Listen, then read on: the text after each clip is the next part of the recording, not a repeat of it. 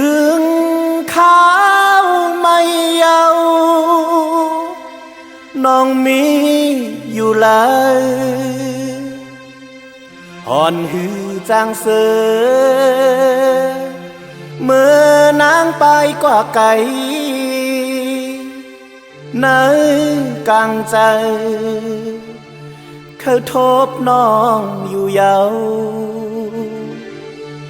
ยินหยาบนาปัญใจเปไหมใจ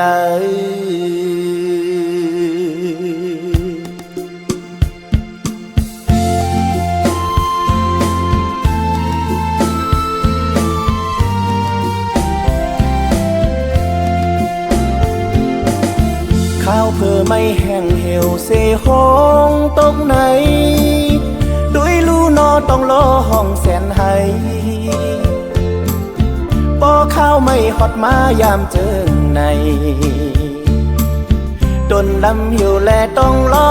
ยามเร็วใจก็เหมือนมาเกี่ยนสั่งเปียคอคมความมันเจอน้องหมอกลาดเหมือนเมื่อวันนั้นยามในเต้น้องลืมเยาหือน้อง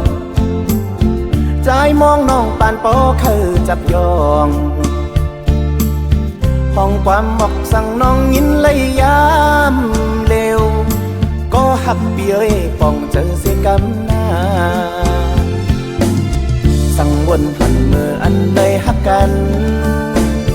ความมอนเสียงบานปีตึกยินปานนอนด้วยเฮ็ดสั่งนานหันกลางเจอใจในเปไม่จอมหาน้ำตาเลือดใหม่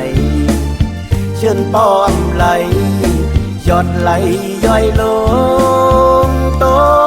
กโตกเย้าน้ำตา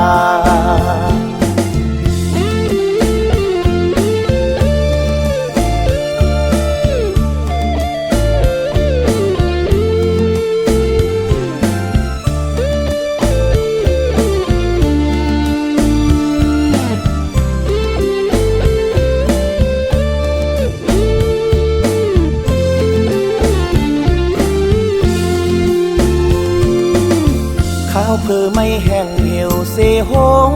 ตกไหนด้วยลูนอต้องรอห้องแสนให้ปอข้าวไม่หอดมายามเจิงในดนลำเหี่ยวแลต้องรอยามเร็ว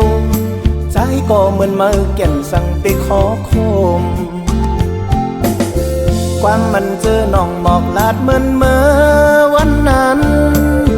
ยามในแต่น้องลืมเยาคือน้อง